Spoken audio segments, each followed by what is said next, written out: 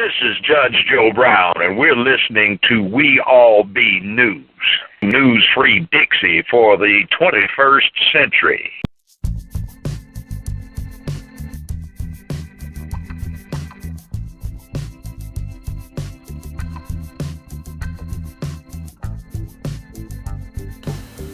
Welcome, family, to another wonderful edutainment edition of the Artivist Thinks.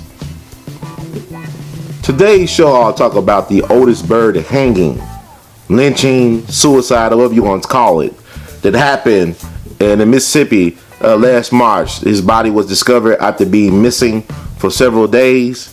Otis Byrd, who was 54 years old, he did about 25 years in prison for murdering a white woman named Lucille Trim, who owned a country grocery store, I believe.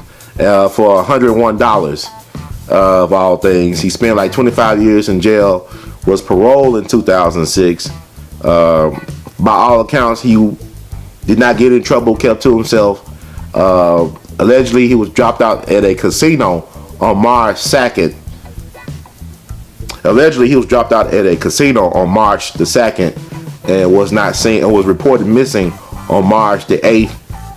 And his body was found a couple weeks later near his home. And there's a couple questions I want to ask, or somebody need to answer for me if they can. There's a couple of things, because I actually have done investigating into a hanging case in Mississippi several years ago. It concerned a young black man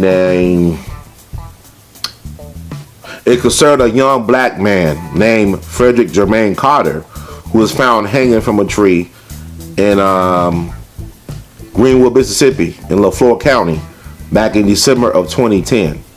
And his case was ruled a suicide, although he was found in a majority white neighborhood.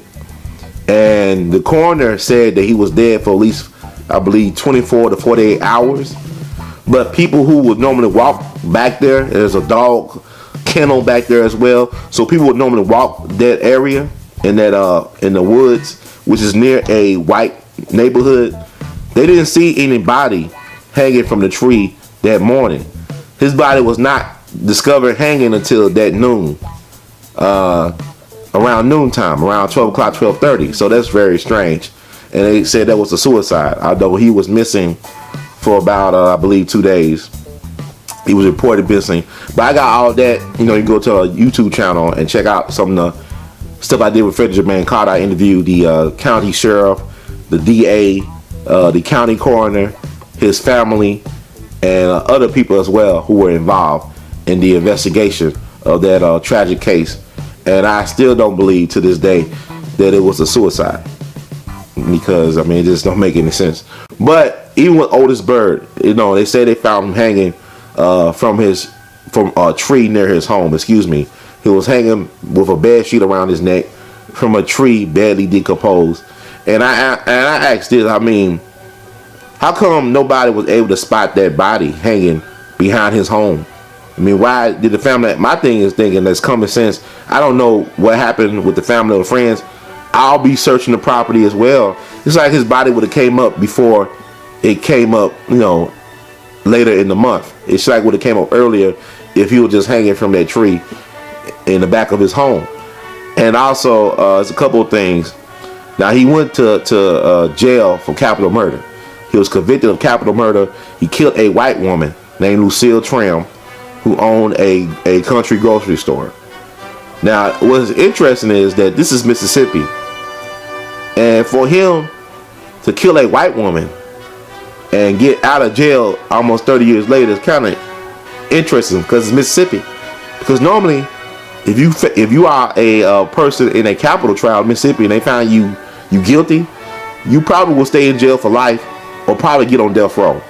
There's a case of a guy named Curtis Flowers who had 6 trials on the same evidence.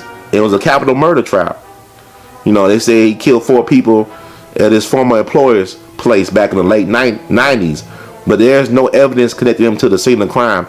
Everything's circumstantial. They used the same evidence. They had the 6 trials in different locations throughout Mississippi, the trial, the verdicts have been overturned several times. Why they had so many retrials? So this guy's on death row, basically with no evidence connecting him to the scene of the crime, and yet they proved that this guy killed this white lady, and he was able to get out of prison in Mississippi 25 years later. Now, what is interesting, I want to point out, is the fact that this lady has a daughter who lives in Virginia, a retired Air Force, and I want to get it right. I believe she actually ran for Congress as a Republican candidate in Virginia back in 2006, the same year they let out brother Otis Byrd. Let me get it right. It's good to have internet and smartphones. And let me get her name right here. Yes, retired Air Force Major General Martha Ranville. That was her mother, Lucille Trim, who was killed by Otis Byrd. Martha Ranville, a retired Air Force Major General and 2006 Republican congressional candidate in Vermont. I said Virginia, I meant Vermont, the other V state. Ranville is married to Paul McHale, the former Democratic congressman from Pennsylvania. Let me read that part once again so y'all understand. Lucille Trim's daughter, Lucille Trim is of course the victim of Otis Byrd, is Martha Ranville, a retired Air Force Major General and 2006 Republican congressional candidate in Vermont. 2006, the same year that Otis Byrd was paroled. Ranville is married to Paul McHale, the former Democratic congressman from Pennsylvania. This is her, Air Force, all that stuff. Well, And what does that mean? I don't know what it means. But information is power. It's good to know things like this. To me, it means that, we know she's well connected. Lucille Trim was not just anybody or nobody. She was somebody who had a family that was accomplished. They had a lot of political connections. There's something to think about. And that's all I'm saying. Let's think about certain things. Let's think outside of what we think we know and use our imagination more to discover things we need to know. So, with the Otis Byrd thing, it is funny to me, all these black men being killed or found hanging in trees are all suicides. Like in Mississippi, they have yet to prove that a black man did not hang himself. Since Emmett Till, it's like since Emmett Till, that all the black folks that have been found hanging from trees in Mississippi have been suicides. The only time, it's just fascinating to me. Something to think about. Mississippi at one point was having a lot of hanging deaths in the jail cells. That was recently. That was back in the 80s. They had a whole bunch of black men found hanging in their jail cells. Then you also got Raynard Johnson and a couple other people. You got, like I said, Freddie Jermaine Carter. There's so many brothers been found hanging in trees in Mississippi, and they all been ruled suicides. You got brothers like the brother who was a top football prospect in Mississippi who was killed at a traffic stop with his own shotgun, supposedly. And people, my thing is this, is black folks. A lot of this stuff we gotta think about. Why does this stuff keep on happening to us as a people? Why these things keep on occurring? What are the lessons that we are missing in these things? Or why are we failing to learn? People always use that biblical passage. A lot of black folks I know, very religious, good people, they always say, the last will be first and the first will be last. But what if you are the first people on the planet? Why are you the original people? We was first at one time when we were kings and queens and stuff like that. And now we're paying the price for being first.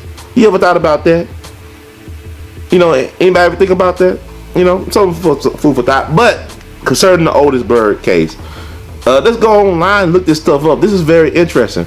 I wondered, was she questioned at all or made aware when this happened about Otis Byrd? I mean, I don't know the history. I don't know. But this is some crazy stuff going on. But there's something to think about. I mean, I don't know too many black men that were able to walk, out of Mississippi a free person after killing a white person. Convicted in a capital crime, right? Killed her for $101. He actually was robbing her to pay off some type of fine he had of $10, I believe, from a previous crime. That's what they saying. But also, you see, it's funny. As soon as they found him hanging from a tree, they had to pull up his criminal past. You know, like, you know, he doesn't have a right to be thought of or be people shouldn't feel compassion or empathy for this guy because he's a felon. He's an ex-con. You know, they only do that with black people, I see. You know, I don't know anybody living today that have not committed a sin. You know, if they say we are born into sin, how can you be innocent of anything? Surely we all are guilty of something. That's what I'm saying. So the way this man died was not right. It's unfortunate that, you know, black folks, we keep on dying and we keep on not realizing that we really need to start making demands, that we really need to start organizing among ourselves. We really need to start controlling the narrative of our stories and getting the word out what's going on with our people. Because right now, we are in a war. A war over ideas, ideology, a war over culture, a war of just being, a war over your existence. So with that said, family, I want to thank you all for listening. If you like what you heard, feel free to subscribe. Donate to We All Be, because we're going to take it to the next level. Tell your friends. Contribute your thoughts in the comment section below. And also make sure you check out the work I did on the Frederick Jermaine Carter case. And you'll see why I'm so concerned about this stuff. But also I realize the games. So in the words of the great Duke Ellington, we love you madly. Keep on producing and pushing. And keep on thinking.